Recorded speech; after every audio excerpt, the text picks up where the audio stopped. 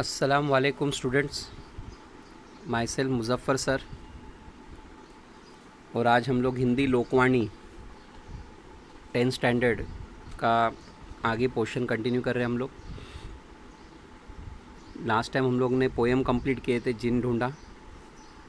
और आज हम लोग जो 5th चैप्टर है अनोखे राष्ट्रपति, ये वाला चैप्टर आज देखेंगे। तो 10th उर्दू मीडियम और 10वीं में जो बच्चे जिनकी लोकवाणी हिंदी है उनके लिए ये चैप्टर है। पहले हम लोग इस चैप्टर से रिलेटेड कुछ इन्फॉर्मेशन देखते हैं कि अनोखे राष्ट्रपति। राष्ट्रपति तो हमको पता है, राष्ट्रपति जो प्रेसिडेंट को कहते हैं हम। तो ये जो चैप्टर है, ये चैप्टर के अंदर डॉक्टर जो राजेंद्र प्रसाद है उनके बारे में ये चैप्टर है। देखो, महादेवी वर्मा जी द्वारा, राइट साइड में गद्य संबंधी लिखा है, महादेवी वर्मा जी द्वारा लिखित। महादेवी वर्मा इसके ऑथर राइटर है। प्रस्तुत स्मरण भारत के प्रथम राष्ट्रपति, मतलब उन्होंने याद किया है किसको, भारत के प्रथम राष्ट्रपति डॉक्टर राजेंद्र प्रसाद जी के बारे में है, जो पहले हमारे राष्ट्रपति थे। हमारे इंडिया के फर्स्ट जो प्रेसिडेंट थे वो डॉक्टर राजेंद्र प्रसाद जी हैं। इस पार्ट में डॉक्टर राजेंद्र प्रसाद जी की सादगी, मतलब उनकी जो सिंप्लिसिटी है, सरलता, सहज स्वभाव, यानी एक सिंपल नेचर के बारे में प्रकाश डाला है। यहाँ लेखिका ने स्पष्ट किया है, उन्होंने क्लियर किया है कि भारत के महामहिम पद पर, यानी हिंदुस्तान का एक बहुत बड़ा पद मतलब क्या है, एक मतलब राष्ट्रपति हमारे हिंदुस्तान का एक बहुत ही सबसे बड़ा मतलब एक दर्जा है, एक लेवल है, पर पहुंचकर भी डॉक्टर राजेंद्र प्रसाद में लेश मात्र भी नहीं था। मतलब अहंकार, मतलब लेश मात्र ज़रा भी, यानी इतने बड़े पद पर होने के बावजूद, इतने बड़े लेवल पे होने के बावजूद भी उनके दिल में ज़रा भी घमंड नहीं था। लोग ज़रा सी, आज ऐसा है कि माहौल ज़रा से रिस्पेक्ट मिल जाए तो लोग हवा में उड़ने लगते हैं। तो डॉक्टर राजेंद्र प्रसाद कितने सिंपल थे, उनकी सिंप्लिसिटी को इस चैप्टर में राइटर ने, मतलब जो राइटरेस है महादेवी वर्मा, इन्होंने डिस्क्राइब किया है।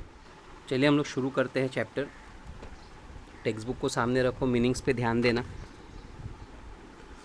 उतने मतलब मेरे ख्याल से इतने ज़्यादा हार्ड वर्ड नहीं होंगे, क्योंकि हिंदी में नॉर्मली हम लोग देखते हैं ना कि चैप्टर हम लोग पढ़े थे, सफ़र साथी, सिरदर्द वगैरह जो चैप्टर था, देखे थे हम लोग कि ज़्यादा उसमें मीनिंग नहीं होते। हाँ, जो पोएम होती है उसके अंदर ज़्यादा मीनिंग्स होते हैं। तो होगी मीनिंग, ऐसा नहीं कि नहीं है, बट कैसा है कि कुछ चीज़ें एकदम नॉर्मल हिंदी में ही होगी। ओके, तो पेंसिल हाथ में रखिएगा, जो भी हार्ड वर्ड आपको लगेगा। हाँ, बस कंसंट्रेट करो बुक पे, जो मैं पढ़ा रहा हूँ, लाइंस पे ध्यान देना। तो चलिए हम लोग शुरू करते चैप्टर। देखो, राजेंद्र प्रसाद बाबू को मैंने पहले एक सर्वथा मतलब कम्प्लीटली, पूरी तरह से गद्यात्मक वातावरण में ही देखा था। गद्यात्मक वातावरण मतलब यानी किताबों में, परंतु उस गद्य ने कितने भावात्मक क्षणों की अटूट माला गूंदी है ये बताना कठिन है। लेकिन यहाँ पे जो महादेवी वर्मा कहती है, लेकिन उस गद्य ने कितने भावात्मक क्षणों को, भावात्मक मतलब इमोशनल, क्षण मतलब पल, अटूट माला गूंदी है ये बताना कठिन है, ये बताना मुश्किल है। मैं प्रयाग में बीए की विद्यार्थी थी। तो जो राइटर्स जो थी वो प्रयाग में बीए की स्टूडेंट थी, BA bachelor of arts. Okay, और शीतावकाश में घर भागलपुर जा रही थी। शीतावकाश यानी विंटर में कैसा है, पहले जो था वो विंटर में ज़्यादा मतलब ठंडी होती थी, ठंडी के मौसम में तो शीतावकाश मिलता था पहले, मतलब बहुत ठंडी हो जाती थी ना, तो गैप कर देते थे स्कूल और कॉलेज में, क्योंकि बहुत ठंडी रहती थी। तो वो घर भागलपुर जा रही थी। तो जो राइटर्स है वो अपने घर जा रही थी भागलपुर में। पटना में भाई के मिलने की बात थी, अतः इसलिए स्टेशन पर ही प्रतीक्षा के कुछ घंटे व्यतीत करने पड़े। अब पटना में भाई से मिलने वाले थे उसके, इसलिए वो स्टेशन पर प्रतीक्षा मतलब इंतज़ार के कुछ घंटे व्यतीत करने पड़े। व्यतीत करना, बिताना, वक्त बिताना।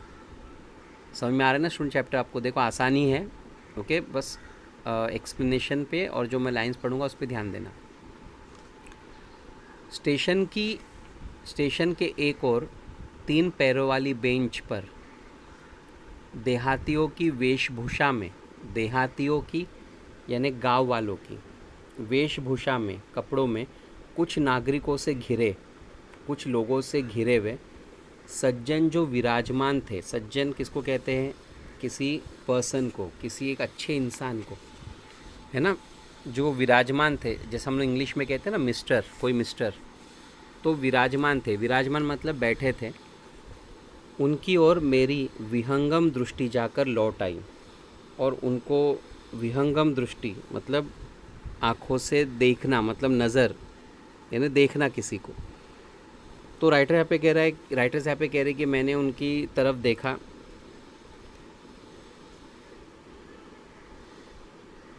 वास्तव में भाई से यह जानने के उपरांत मतलब बाद में, कि उक्त सज्जन, और वो जो सज्जन है राजेंद्र बाबू है, और जब भाई से पता चला कि ये डॉक्टर राजेंद्र प्रसाद है, मुझे अभिवादन का ध्यान आया। अभिवादन करना मतलब जाके मिलना, है ना, हाथ मिलाना या नमस्ते करना।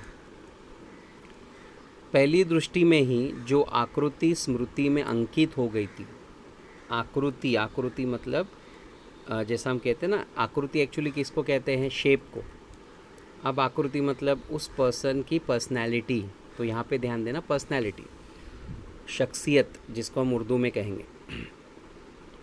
तो पहली दृष्टि में ही जो आकृति स्मृति में अंकित हो गई। स्मृति मतलब यादों में, या ऐसा लिखो, स्मृति मतलब दिमाग, यहाँ पे मीनिंग होगा दिमाग में। अंकित हो गई थी, अंकित मतलब एकदम बैठ गई थी दिमाग में, फिक्स हो गई थी। उसमें इतने वर्षों ने, मतलब इतने सालों में न कोई नई रेखा जोड़ी है और न कोई नया रंग भरा है। मतलब वो आकृति जैसे के वैसे, उसमें ज़रा भी बदलाव, मतलब राइटर्स को ये कहना है कि इतने सालों के बाद भी ज़रा भी बदलाव नहीं देखा गया, जैसे थे वैसे ही है। सत्य में से जैसे कुछ घटना या जोड़ना संभव नहीं रहता, वैसे ही सच्चे व्यक्तित्व में कुछ जोड़ना घटाना संभव नहीं है। तो राइटर्स ने यहाँ पे एग्जाम्पल क्या दिया कि सत्य में मतलब सच्चाई में, है ना, ध्यान दो स्टूडेंट बराबर से। सच्चाई में से जैसे कुछ घटाना या जोड़ना संभव नहीं रहता। जैसा कोई सच्ची बात है, अब वो सच्ची बात में आप ना कुछ कम कर सकते, घटाना मतलब कम करना, जोड़ना मतलब बढ़ाना, ना आप उसमें कुछ कम कर सकते ना बढ़ा सकते, क्योंकि वो सच्ची बात है। वैसे ही व्यक्तित्व मतलब वैसे ही कुछ इंसान की जो पर्सनैलिटी होती ना, उसमें कुछ भी जोड़ना, कुछ भी ऐड करना या उसे कम करना, ये पॉसिबल नहीं होता। काले घने पर छोटे कटे हुए बाल, मतलब उनकी पर्सनैलिटी को उन्होंने डिस्क्राइब किया। घने बाल थे सिर पर लेकिन कटे हुए। चौड़ा मुंह, चौड़ा माथा मतलब फोरहेड। घनी भ्रुकुटियों के नीचे बड़ी आँखें। भ्रुकुटियाँ मतलब भौहें मतलब समझते ना, आईब्रो।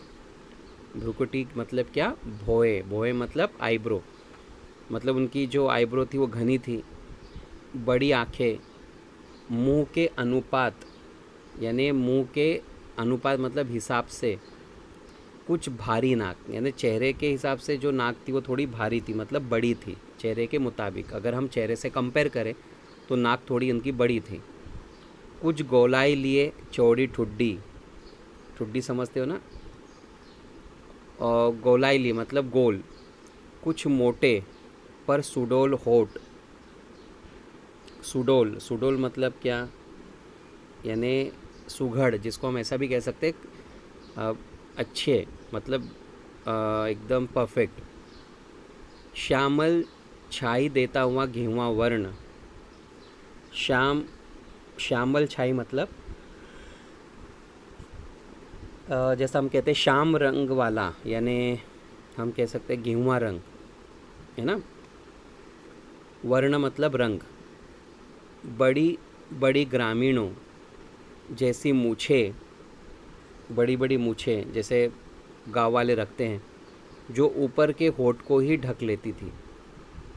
नीचे के होठ पर भी रोमिल आवरण ढाले हुए थी। रोमिल मतलब रोएदार, मतलब ऊपर के होठ तो ढके हुए थे, थोड़ी वो नीचे के होठ तक भी मूछें पहुंची हुई थी। देखो ये किसको उन्होंने डिस्क्राइब किया है, डॉक्टर राजेंद्र प्रसाद की पर्सनालिटी को।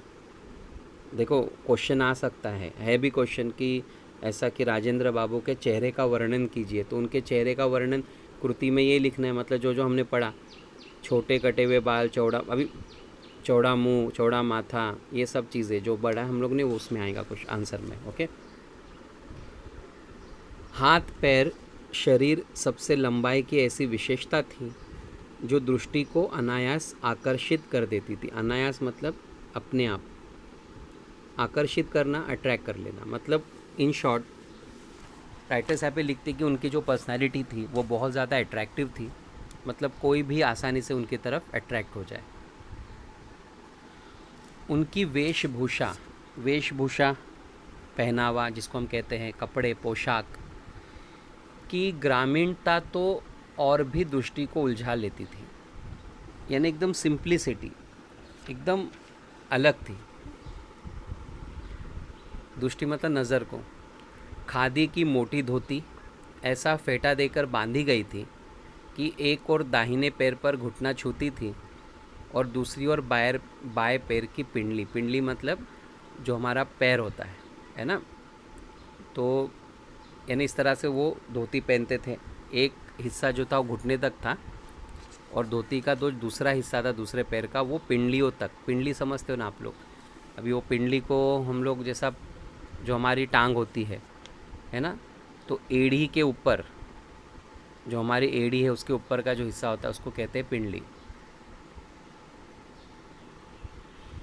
मोटे खुरदुरे काले बंद गले के कोट में ऊपर का भाग, जो उनका जो कोट था वो बंद गले का था, गोल नेक का, बटन टूट जाने के कारण खुला था और घुटने के नीचे का बटनों से बंद था। इस तरह से वो कोट पहना करते थे।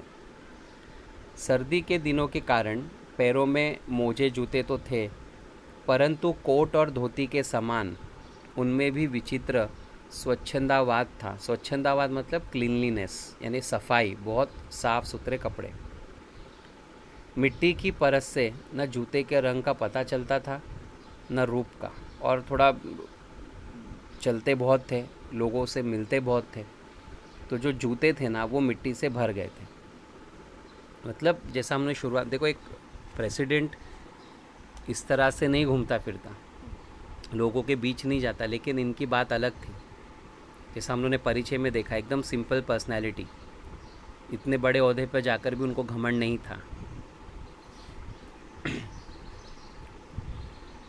गांधी टोपी की स्थिति तो और भी विचित्र थी। गांधी टोपी, गांधी टोपी मतलब जो सिर पे जो टोपी पहनी जाती है, तो वो जैसा कि मैंने आपको बाजू में पिक्चर में बताया हूँ, ये आप देख सकते हो पिक्चर में कि कैसी उनकी पर्सनैलिटी थी, मतलब चेहरा कैसा था। उनके सिर पे देखो जो टोपी, वो गांधी टोपी है। ओके। उसकी आगे की नोक बाई भौं पर खिसकी आई थी, यानी थोड़ी टेढ़ी, और टोपी की कोर माथे पर पट्टी की तरह लिपटी हुई। देखकर लगता था मानो वे किसी हड़बड़ी में चलते चलते कपड़े पहनते आए हैं। मतलब उनको देखकर ऐसा लगता था कि वो एकदम घाई में कपड़े पहने, मतलब एकदम परफेक्ट नहीं दिखते थे।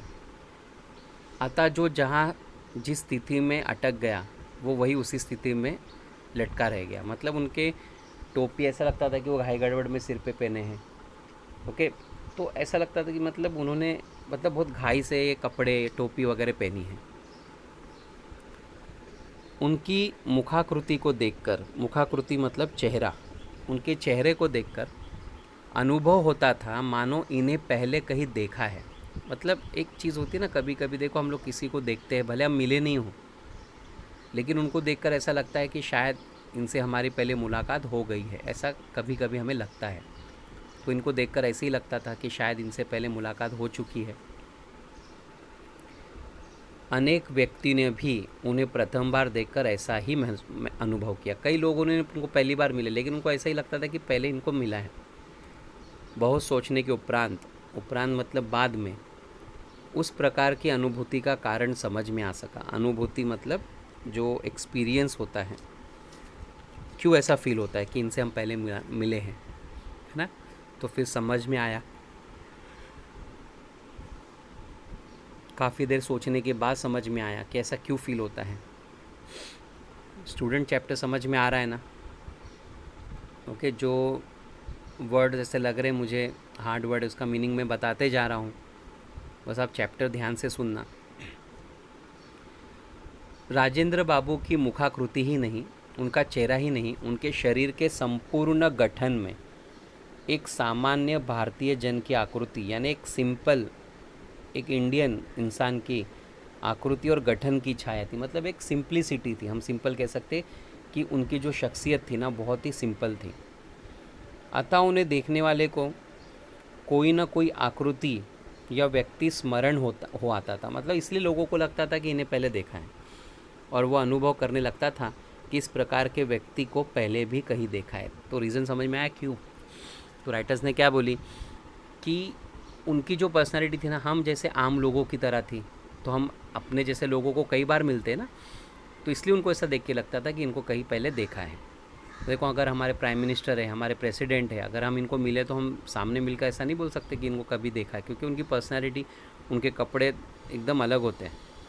लेकिन जो राजेंद्र प्रसाद जी जो थे वो एकदम सिंपल रहते थे, वो एकदम गांव वालों की तरह, मतलब उनके बीच में रहना, उनके ऐसे कपड़े पहनना, तो ऐसा लगता ही नहीं था कि ये कोई अलग है। इसलिए लगता था कि इनको कभी देखा है। आकृति तथा वेशभूषा के समान ही वे अपने स्वभाव, जिस तरह से उनके कपड़े सिंपल थे ना, वैसे उनका स्वभाव मतलब नेचर और रहन सहन में, रहने में सामान्य भारतीय या भारतीय कृषक मतलब किसान का ही प्रतिनिधित्व करते थे। प्रतिनिधित्व करना यानी एग्जाम्पल, है ना, मतलब प्रतिनिधि का कार्य करना, यानी ये एक भारतीय कृषक का जैसे वो दिखते थे। मतलब इतना सिंपल रहते थे वो। प्रतिभा और बुद्धि की विशिष्टता के साथ, प्रतिभा और बुद्धि, टैलेंट, प्रतिभा और बुद्धि मतलब टैलेंट, विशिष्टता के साथ मतलब उनमें एक यूनिकनेस थी। साथ साथ उन्हें जो गंभीर संवेदना प्राप्त हुई थी, मतलब जो उनके अंदर सेंसिटिविटी थी, इमोशन जो था, वही उनकी सामान्यता को, सिंप्लिसिटी को गरिमा प्रदान करती थी, यानी एक अलग लेवल देती थी। यानी जितने वो कपड़ों में सिंपल थे, वैसी उनकी पर्सनैलिटी थी। हाँ, प्रतिभा, बहुत टैलेंटेड थे, बहुत क्लेवर थे। व्यापकता ही सामान्यता की शपथ है। तो परंतु व्यापकता संवेदना की गहराई में स्थिति बनाए रखती है। व्यापकता ही सामान्यता की शपथ है। सामान्यता मतलब सिंप्लिसिटी, परंतु व्यापकता मतलब व्यापक चीज़ किसको कहते हैं? जैसे कोई बहुत बड़ी चीज़, बहुत फैली हुई चीज़, है ना, संवेदना की गहराई में स्थिति बनाए रखती है। लेकिन यही व्यापकता संवेदना मतलब इमोशन की गहराई में, अगर इंसान इमोशनल है तो वो स्थिति को अच्छे से मेंटेन रखेगा। मतलब उसके अंदर किसी भी तरह का घमंड नहीं आएगा, वो कितना भी बड़ा हो जाए, कितना भी ऊपर जाए। उनकी वेशभूषा की अस्त व्यस्तता के साथ उनके निजी सचिव, अस्त व्यस्तता मतलब परफेक्टनेस नहीं होना, यानी परफेक्ट नहीं थी। उनके निजी सचिव मतलब पर्सनल जो सेक्रेटरी है, और सहचर भाई और उनके भाई चक्रधर जी का स्मरण अनायास हो जाता है। तो राइटर साहब पे कहते हैं कि उनके साथ साथ उनके सेक्रेटरी और उनके भाई चक्रधर का भी याद आ जाती है। जब मोजों में से 5 उंगलियां बाहर निकलने लगती, जब जूते के तले पैर के तलवों के गवाक्ष बनने लगते, जब धोती, कुर्ते, कोट आदि का खद्दर अपने मूल ताने बाने में बदलने लगता, तब चक्रधर इस पुरातन सज्जा को अपने लिए सहेज लेते हैं। देखो बहुत बड़ी बात है। तो जो उनके भाई थे, पाँचों उंगलियां जैसे मोजे ख़राब हो गए, या जूते जो है वो अब एकदम पुराने हो गए, धोती कुर्ते खद्दर एकदम ताने माने मतलब उसके ख़राब होने लगे, तो चक्रधर जो है ना ये चीज़ों को ले लेते उनसे और अपने लिए संभाल के रखते। सोचो राजेंद्र प्रसाद इतनी चीज़ें पुरानी होने तक पहनते थे। आज का जो हाल तो ऐसा है भाई, नेता लोग तो रोज़ मेरे ख्याल से लाखों के कपड़े पहनते होंगे, रोज़ चेंज करते होंगे। आपको तो पता ही है, बोलने की ज़रूरत नहीं है आज का क्या माहौल है ना। लेकिन राजेंद्र प्रसाद जी का ऐसा नहीं था, उनके भाई पुरानी उनकी जो चीज़ें हो जाती थी वो अपने लिए संभाल के रखते। उन्होंने वर्षों तक इसी प्रकार राजेंद्र बाबू के पुराने परिधान से, कपड़ों से अपने आप को प्रसादित कर, अपने आप को खुद पहनकर कृतार्थता का अनुभव किया। कृतार्थता मतलब ग्रेटनेस, मतलब उनको बहुत सेटिस्फैक्शन मिलता था, बहुत खुश होते थे उनके पुराने कपड़े जूते वो सब पहनकर उनके भाई को। मैंने ऐसे गुरु शिष्य या स्वामी सेवक अब तक नहीं देखे। तो राइटर्स कहते हैं कि मैंने ऐसा गुरु शिष्य स्वामी सेवक आज तक नहीं देखा जो चक्रधर जी में बात थी। समझ में आ रहे ना स्टूडेंट चैप्टर। राजेंद्र बाबू के निकट संपर्क में आने का अवसर मुझे सन 1900, देखो अभी एक बात ध्यान रखना सबसे पहले कि जब आप हिंदी के चैप्टर सुनते हो तो ध्यान दोगे ना, स्टोरी की तरह याद रख पाओगे। और स्टोरी की तरह अगर याद रह गया ना तो फिर आप आसानी से इसकी कृति सॉल्व कर सकते हो, क्योंकि पोएम और चैप्टर में यही फ़र्क होता है। मैंने आपको इससे पहले भी समझाया था कि पोएम की कृति याद कर लेना, लेकिन चैप्टर आप आंसर्स को इजीली फाइंड आउट कर सकते हो, लेकिन पोएम नहीं कर सकते। ठीक है, तो इस तरह से आप इसके ऊपर ध्यान देना। ओके, देखो राजेंद्र बाबू के निकट संपर्क में आने का अवसर मुझे सन 1937 में यानी 1937 में मिला था, जब वे कांग्रेस के अध्यक्ष के रूप में महिला विद्यापीठ महाविद्यालय के भवन का 1937 में जब कांग्रेस के अध्यक्ष के रूप में महिला विद्यापीठ महाविद्यालय के भवन का, भवन मतलब बिल्डिंग का, महाविद्यालय के बिल्डिंग का शिलान्यास करने प्रयाग आए। शिलान्यास करने मतलब यानी वो बिल्डिंग बनाना शुरू करना था, तो उसकी नींव डाली जाने वाली थी। नींव समझते हो ना, फाउंडेशन। तो वो भूमि पूजन जिसको कहते हैं, है ना, उसके लिए आए थे, उद्घाटन के लिए आए थे। उनसे ज्ञात हुआ, उनसे पता चला कि उनके संयुक्त परिवार में, उनका एक परिवार जो है संयुक्त है। संयुक्त मतलब जॉइंट फैमिली। 15-16 पोत्रियाँ हैं, मतलब पोते पोतियाँ हैं। बेटे की जो बेटी होती है, पोत्री मतलब बेटे की बेटी, पोत्रियाँ। 15 से 16 उनकी पोतियाँ हैं। समझ में आ रहा है ना। जिनकी पढ़ाई की व्यवस्था नहीं हो पाई है, मैं यदि अपने छात्रावास में रखकर उन्हें विद्यापीठ की परीक्षाओं में बैठा सकूं, तो उन्हें कुछ विद्या प्राप्त हो सकेंगी। मतलब उनकी खुद, उनकी जॉइंट फैमिली, उनके घर में 15-16 पोतियाँ हैं, उनकी पढ़ाई की व्यवस्था नहीं हो पाई, तो उनका कहना था कि छात्रावास में रखकर, छात्रावास मतलब जो हॉस्टल होता है उसमें रखकर विद्यापीठ की परीक्षाओं में बिठा सकूँ। अगर मैं यूनिवर्सिटीज़ के एग्ज़ाम में बिठा दूँ और उन्हें कुछ पढ़ाई उन्हें हासिल हो जाएगी। पहले बड़ी फिर छोटी, फिर उनसे छोटी के क्रम से बालिकाएं मेरे संस्मरण में आई। अब एक एक करके पोतियाँ जो राइटर से उसने याद की उन्हें देखने प्रायः उनकी दादी, अब जब छात्रावास में उनकी पोतियाँ रहती थी तो वहाँ पर उन्हें देखने उनकी दादी और कभी कभी दादा भी प्रायः आते रहे। तभी राजेंद्र बाबू की सहधर्मिणी मतलब उनकी वाइफ, उनकी बीवी के निकट संपर्क में आने का अवसर मिला। और यही मौका था क्योंकि राजेंद्र प्रसाद की जो वाइफ है वो अपनी पोतियों को मिलने आती थी, तब राइटर से क्लोज कांटेक्ट आया। वे सच्चे अर्थ में धरती की पुत्री थी। उनको देखकर भी ऐसा लगता था कि सच में वो भी एक सिंपल ही थी। मतलब उन वो भी बहुत सिंप्लिसिटी में जीती थी। ऐसा नहीं कि मेरे हस्बैंड प्रेसिडेंट है तो उनको घमंड था। वे साध्वी, सरल, एकदम सिंपल, क्षमामयी, सबके प्रति ममतालु, सबको प्यार करने वाली, क्षमामयी मतलब माफ़ करने वाली, और असंख्य संबंधों की सूत्रधारिणी थी। और घर में जॉइंट फैमिली थी करके उसने कई संबंध को सूत्रों में बांध के रखा था, मतलब जोड़ कर रखा था। देखो जॉइंट फैमिली ऐसी नहीं होती। औरत मतलब जो वाइफ होती है, जो घर की जो औरतें होती हैं, उनका बहुत बड़ा रोल होता है उसमें।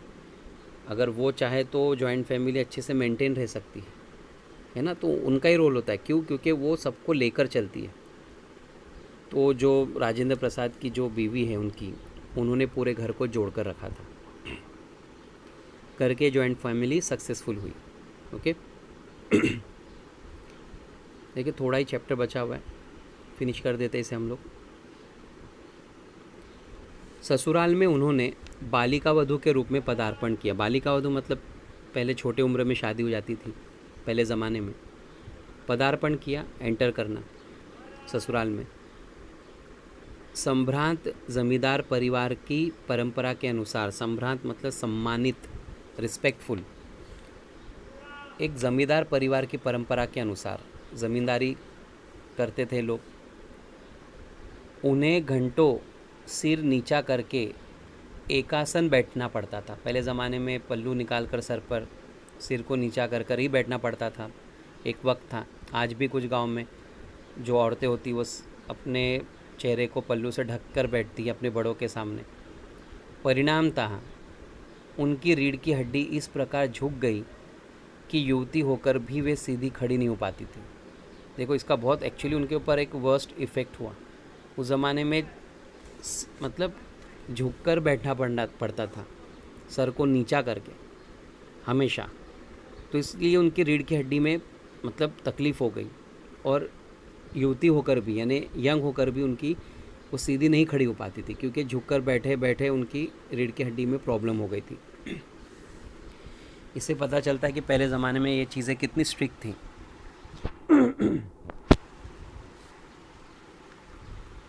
बालिकाओं के संबंध में राजेंद्र बाबू का स्पष्ट निर्देश था। निर्देश मतलब बालिकाओं के बारे में, मतलब लड़कियों के बारे में। राजेंद्र प्रसाद जी का स्पष्ट निर्देश मतलब उनके सीधे सीधे एकदम इंस्ट्रक्शंस थे कि वे सामान्य बालिकाओं के समान बहुत सादगी और संयम में रहें।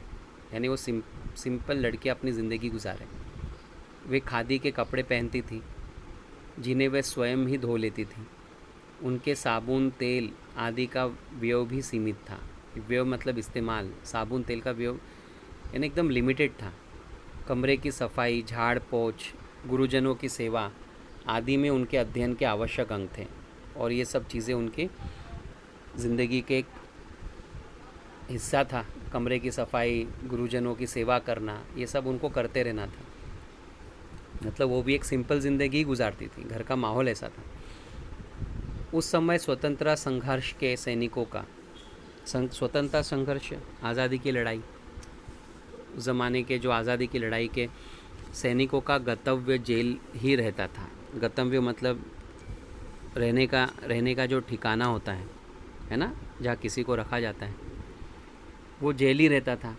अतः इसलिए प्रायः अक्सर किसी की पत्नी, किसी की बहन, किसी की बेटी विद्यापीठ के छात्रावास में आ उपस्थित होती थी। अब जो फ्रीडम फाइटर्स थे, पहले की बात जब देश की आज़ादी की लड़ाई होती थी, तो उस वक्त ज़्यादातर जो सैनिकों की जो बीवियां हैं, बहन हैं, बेटियां हैं, वो अकेली हो जाती थी, क्योंकि उनके पिताजी या तो उनके हस्बैंड या तो उनके भाई जेल में रहते थे। तो ये छात्रावास में आ उपस्थित होती, मतलब उन बेटियों को, बहुओं को इस हॉस्टल में लाया जाता था रहने के लिए, क्योंकि वो अकेली पड़ जाती थी। देश स्वतंत्र होने के उपरांत और देश को आज़ादी जब मिली उसके बाद उनमें से कुछ दिल्ली चली गई और कुछ विशेष योग्यता प्राप्त करने के लिए, कुछ स्पेशल एजुकेशन के लिए अंग्रेज़ी विद्यालयों में भर्ती हो गई।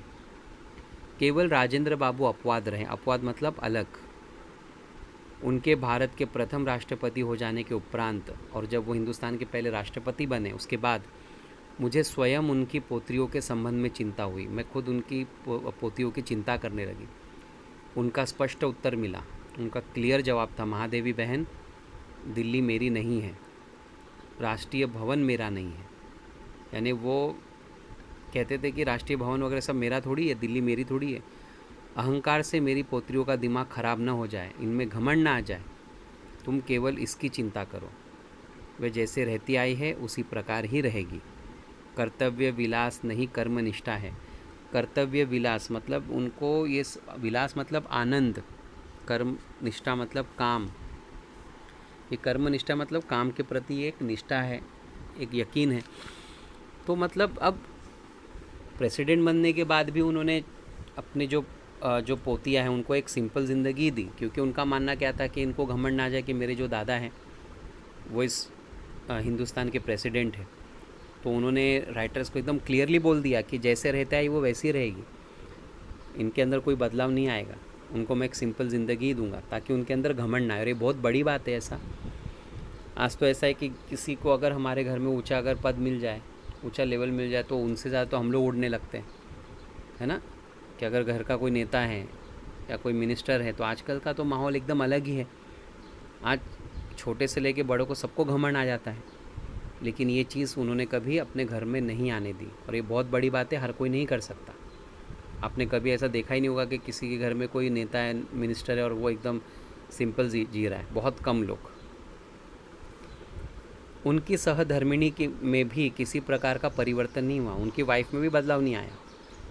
जब राष्ट्रपति भवन में उनके कमरे से संलग्न रसोई बन गया, संलग्न मतलब जुड़कर, तब वे दिल्ली गई और अंत तक स्वयं भोजन बनाकर, खुद अपने हाथ से खाना बनाकर, सामान्य भारतीय गृहिणी के समान एक सिंपल बीवी की तरह पति, परिवार तथा परिजनों को मतलब रिश्तेदारों को खिलाने के उपरांत, खाने खिलाने के बाद स्वयं अन्न ग्रहण करती थी, खुद खाती थी। देखो, राष्ट्रपति की बीवी बन गई बाद में ना, वो पहले तो सिंपल पर्सन की बीवी थी, अब तो राष्ट्रपति थे उनके हस्बैंड। लेकिन राष्ट्रपति भवन में जब रसोई घर बना, किचन बना अलग से, तब वो गई वहाँ पर। और वो अभी तो राष्ट्रपति भवन तो कभी आपने उसके बारे में आप गूगल सर्च करो, राष्ट्रपति भवन, है ना, या प्राइम मिनिस्टर जो आवास होता है वो कितना बड़ा होता है, कितना खूबसूरत होता है। अभी तो जो प्राइम मिनिस्टर का बीच में आया था, आप देखे होंगे, मोर वगैरह है पाले हुए, तो बहुत खूबसूरत होता है। बहुत सारे नौकर होते हैं, गार्डनर्स होते हैं, गार्डन की देखभाल करना, खाना बनाना, ये सब होते हैं। लेकिन इन्होंने वो सब नहीं किया, ये खुद अपने हाथ से ही खाना बनाती रही। और सबको खिलाने के बाद, जैसा एक कल्चर है पहले चलता था हिंदुस्तान में कि औरतें आखिर में खाती है, वैसे ही वो फॉलो करती थी। आज बहुत कम हो गया ये कल्चर। और अच्छा, ऐसा ज़रूरी नहीं है कि औरतें आखिर में खाएं। आज तो माशाल्लाह हम सब मिलकर बैठ के खाते हैं। तो पहले होता था ये सब, थोड़ा फ़र्क आज बहुत कम रह गया है, और ये फ़र्क होना भी नहीं चाहिए, सब एक समान है। आज तो हम लोग माशाल्लाह दस्तरखान पे एक साथ ही बैठकर खाना खाते हैं, जेंट्स हो या घर के लोग। हाँ, माहौल हमारा एक साथ बैठकर खाने का ही है, ठीक है। तो वो उसी चीज़ों को फॉलो करती थी। उस विशाल भवन में यदि अपने अद्भुत अतिथि की बात न कहूँ, आतिथ्य यानी आतिथ्य किसको कहते हैं, जैसे कि मेहमान नवाजगी जो होती है ना, तो कथा अधूरी रह जाएगी। बालिकाओं की दादी ने मुझे दिल्ली आने का विशेष निमंत्रण तो दिया ही, मतलब मुझे दिल्ली तो खास बुलाया ही, साथ ही प्रयाग से सिरकी से बने 1 दर्जन सूप लाने के भी आदेश दिए। और साथ ही साथ प्रयाग से जो सामान मंगाया उन्होंने, सिरकी मतलब एक तरह का एक सरकंडा होता है, सरकंडा को कहते हैं। और सूप तो आपको पता है ना, अनाज को नहीं छानते हैं, तो अनाज को छानने के लिए, साफ़ करने के लिए सूप रहता है है ना, जैसा गेहूँ वगैरह चुनते हैं आपके घर में, तो या अभी तो प्लेट में करते हैं, लेकिन कुछ घरों में आज भी लकड़ी से बना हुआ सूप रहता है ना, तो वो लाने के। सूप मतलब वो नहीं है पीने वाला सूप नहीं, 1 दर्जन उन्होंने सूप मंगाया, यानी अनाज को जो साफ़ करने का जो एक साधन होता है। उन्होंने बार बार आग्रह किया कि मैं उनके लिए इतना कष्ट अवश्य उठाऊं, यानी इतना तकलीफ़ ज़रूर उठाऊं, क्योंकि फटकने पछोरने के लिए सिरकी के सूप बहुत अच्छे होते हैं, यानी अनाज को साफ़ करने के लिए सूप अच्छे होते हैं, पर कोई उन्हें लाने वाला नहीं मिलता। लेकिन कोई लाने वाला ही नहीं होता। अभी आप प्रयाग से आ रही हो तो वहाँ से आप लेते आइए। प्रथम श्रेणी के डिब्बे में 12 सूपों के टांगने पर जो दृश्य उपस्थित हुआ, फर्स्ट क्लास में बैठकर जो 12 सूप उसने टांगे थे, जो एक सीन दिख रहा था, उससे भी अधिक विचित्र दृश्य। अभी अजीब है ना कि आप फर्स्ट क्लास में आ रहे हो और ऐसे अनाज साफ करने का सूप आप ऐसा टंगा के ला रहे हो। उससे अधिक विचित्र दृश्य तब प्रत्यक्ष हुआ, जब एक अजीब दृश्य तो तब दिखा जब राष्ट्रपति भवन से आई बड़ी कार पर यह उपहार लादा गया। जब बड़ी कार आई राष्ट्र भवन मुझे लेने, उसके ऊपर ये, उस कार के ऊपर ये सूप रखे गए। ऑकवर्ड लगता है, अजीब लगता है, लेकिन सिंपल लाइफ जीते थे वो, उनको फ़र्क नहीं पड़ता था सब चीज़ों से। राष्ट्रपति भवन के हर द्वार पर, हर दरवाजे पर सलाम ठोकने वाले सिपाहियों की आंखें विस्मय खुली से खुली रहेगी। मतलब देख के एकदम हैरत हो गई कि ये क्या सूप गाड़ी के ऊपर डाल के ला रहे हैं। ऐसी भेंट लेकर कोई अतिथि न कभी यहाँ पहुँचा था न पहुँचेगा। पर भवन की तत्कालीन स्वामिनी ने मुझे अंक में भर लिया। लेकिन अब स्वामिनी मतलब जो घर की मालकिन को कहते हैं, है ना। अब ये तो ऑर्डर था ना उनकी वाइफ का, तो वो तो लाना ही था, ठीक है। राजेंद्र बाबू तथा उनकी सहधर्मिणी सप्ताह में 1 दिन अन्न नहीं ग्रहण करते थे। देखो उनका एक तरीका था, हफ्ते में 1 दिन वो जैसा कि फास्टिंग रखते थे, अन्न ग्रहण नहीं करते थे, मतलब कुछ खाते नहीं थे। संयोग से मैं उनके उपवास के दिन ही पहुंची, और ऐसा हुआ कि मैं जिस दिन वो उपवास रखे थे, फास्ट खाना, वही दिन वो पहुंची थी जब वो हफ्ते में 1 दिन खाना नहीं खाते थे। अतः उनकी यह जिज्ञासा स्वाभाविक थी कि मैं कैसा भोजन पसंद करूँगी। जिज्ञासा मतलब एक दिल में एक होता है ना कि भाई तुम क्या खाना पसंद करोगे, जैसा मेहमानों को पूछते हैं।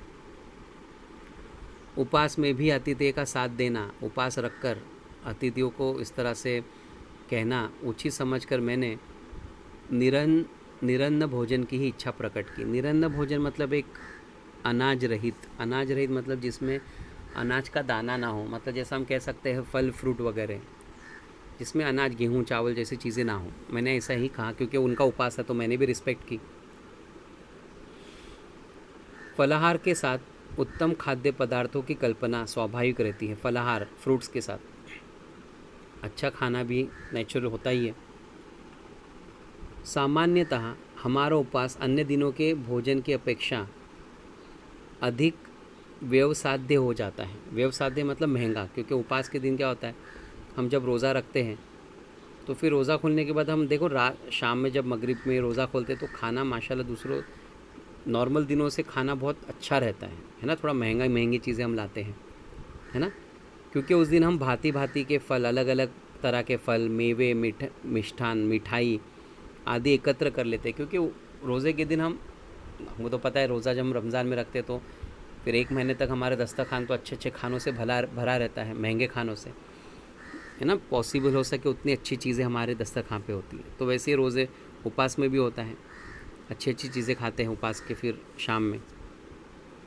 मुझे आज भी वो संध्या नहीं भूलती, आज भी वो शाम नहीं भूलती जब भारत के प्रथम राष्ट्रपति को मैंने सामान्य आसन पर बैठकर, एक सिंपल कुर्सी पर बैठकर, दिन भर के उपवास के उपरांत पूरे फास्टिंग के जब उन्हें रखा, केवल कुछ उबले आलू खाकर पलायन करते देखा। और मैंने ये देखा कि उपवास के बाद अच्छा खाना होता है, लेकिन मैंने देखा कि उन्होंने सिर्फ उपवास के बाद सिर्फ उबले हुए आलू खाए।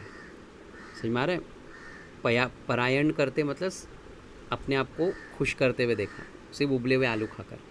हिंदुस्तान का राष्ट्रपति, सोचो, बहुत बड़ी बातें करके तो चैप्टर दिया गया बताने के लिए कि इतनी सिंपल भी लोग है दुनिया में। मुझे भी वही खाते देखकर उनकी दृष्टि में संतोष और ओठों पर बालों को जैसी सरल हंसी उठ गई। और जब उन्होंने देखा कि मैं भी उनके साथ वही खा रही हूँ तो वो सेटिस्फाई और खुश हुए और बच्चों की तरह हंसने भी लगे। जीवन मूल्यों की परख करने वाली दृष्टि के कारण जीवन मूल्य हमारे ज़िंदगी की जो एथिक्स है, वैल्यूज़ है, उसको परखने वाली जो दृष्टि के कारण उन्हें देश रत्न की उपाधि मिली, उन्हें देश रत्न जैसा खिताब मिला। और मन की सरल स्वच्छता ने उन्हें अजात शत्रु बना दिया। और उन्हें एक अजात शत्रु, ऐसा जिसका कोई दुश्मन ही ना हो। मतलब वो इतने मन के साफ थे कि उनका कोई दुश्मन ही नहीं था। नहीं तो बड़े बड़े प्रेसिडेंट, प्राइम मिनिस्टर, उनके कितने दुश्मन होते हैं, कितने उनको बुरा भला कहने वाले होते हैं। हम तो पता है ना आजकल हम लोग कितना मतलब माहौल कैसा चला है, लेकिन उनके कोई दुश्मन नहीं थे। अनेक बार प्रश्न उठता है, क्या वो साँचा टूट गया जिसमें ऐसे कठिन कोमल चरित्र ढलते थे? और राइटर्स ने लास्ट में बहुत बड़ी बात बोली है। और वो कहते हैं कि दिल में क्वेश्चन आता है कि वो भगवान ने वो साँचा तोड़ दिया है क्या जिसमें ऐसे कोमल चरित्र ढलते थे, जिसमें ऐसे सिंपल कैरेक्टर के लोग पैदा होते थे? क्या भगवान ने वो साँचा ही तोड़ दिया? क्या खुदा ने वो साँचा ही तोड़ दिया जिसमें ऐसे सिंपल लोग बनते थे? क्योंकि आज हमें ऐसे सिंपल लोग बहुत ही रेयर दिखाई देंगे, नहीं के बराबर। तो ये थे डॉक्टर राजेंद्र प्रसाद बाबू, उनकी पर्सनालिटी। इनसे हमें ये सीखने मिलता है चैप्टर में कि हम कितने भी बड़े हो जाए ना, लेकिन हम सिंपल हमें ज़िंदगी रखनी, हमारे अंदर घमंड नहीं आना चाहिए। ये हमारे लिए बहुत बड़ी मिसाल है। ठीक है स्टूडेंट, इसके कृति वगैरह आप सॉल्व कर लेना है, चैप्टर है तो आप कर सकते हो आसानी से। पहला जो क्वेश्चन है, राजेंद्र बाबू की पत्नी के गुण। तो राजेंद्र बाबू की जो बीवी है उनकी कौन सी जो क्वालिटी है वो इस चैप्टर में बताया है ना। सिंपल है तो साध्वी, सरल, है ना, ममतालु, क्षमामयी, जो मैंने मीनिंग लिखा है वो सबके वही लिखना है यहाँ पे 4। उसके बाद राजेंद्र बाबू के चेहरे का वर्णन, जैसे मैंने आपको बताया ना उनके चेहरे का वर्णन क्वेश्चन आएगा ही, तो उनके चेहरे का वर्णन आपको करना है ना। चौड़ा मुंह, चौड़ा माथा, घनी बड़ी आँखें, कुछ भारी नाक, फिर सुडोल होठ, ऐसा ये सब। उसके बाद में उत्तर लिखिए में राजेंद्र बाबू की पोशाक। राजेंद्र बाबू की जो पोशाक थी वो कैसी थी? खादी मोटी धोती थी, है ना, और खुर्दा काला बंद गले का कोट, ऐसी सब चीज़ें उसमें आएगी। और गांधी टोपी पहनते थे वो। ओके। उसके बाद प्रत्यय और मूल शब्द अलग कीजिए। प्रत्यय मैंने आपको पहले ही बताया, प्रत्यय और मूल शब्द। प्रत्यय मतलब देखो अभी एक बात याद रखना, जैसा कि क्वेश्चन है, देखो बुद्धिमान, तो प्रत्यय क्या होता है? प्रत्यय मतलब जो पहले लगता है ना। तो प्रत्यय क्या हो गया बुद्धिमान में? बुद्धि, है ना। और बुद्धि का मूल शब्द बुद्धि ही रहेगा, है ना। जैसा पारिवारिक, तो पारिवारिक के अंदर प्रत्यय क्या है? पारिवारी, और मूल शब्द क्या बनेगा? परिवार। उस तरह से आपको उसको सॉल्व करना है, ठीक है। तो उपसर्ग, प्रत्यय, टेस्ट में मैंने आपको बताया 9th स्टैंडर्ड का ग्रामर, और 10 का भी हम लोगों ने वही डिस्कस किया, तो 10 का भी ग्रामर रहेगा आपको, जो भले आपको अभी एक्सप्लेन नहीं किया गया है, लेकिन आपको प्रैक्टिस करना है स्टूडेंट्स। थोड़ा इस एग्ज़ाम में आपको ओन से करना है।